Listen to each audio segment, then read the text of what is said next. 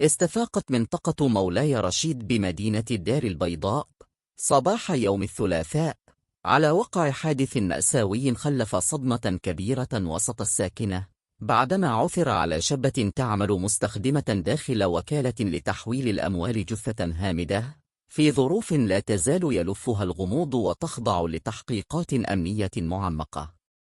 وحسب المعطيات الأولية المتوفرة، فقد بدأت الواقعة عندما نشب خلاف داخل مقر الوكالة بين الضحية ومشغلها لأسباب لم يتم الكشف عنها بشكل رسمي إلى حدود الساعة.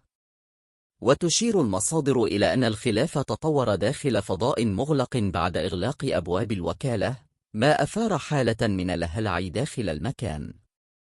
وقد سمع بعض سكان الحي ومرة قريبون صراخات استغاثة صادرة من داخل الوكالة، ما دفعهم إلى إشعار السلطات الأمنية بشكل عاجل في محاولة لطلب التدخل السريع. وفور تلقي البلاغ، انتقلت عناصر الأمن الوطني والوقاية المدنية إلى عين المكان، حيث تم تطويق الموقع وفتح تحقيق أولي في ظروف الحادث. ونظرا لإغلاق الأبواب، اضطرت فرق التدخل إلى اقتحام الوكالة بعد كسر المدخل الرئيسي.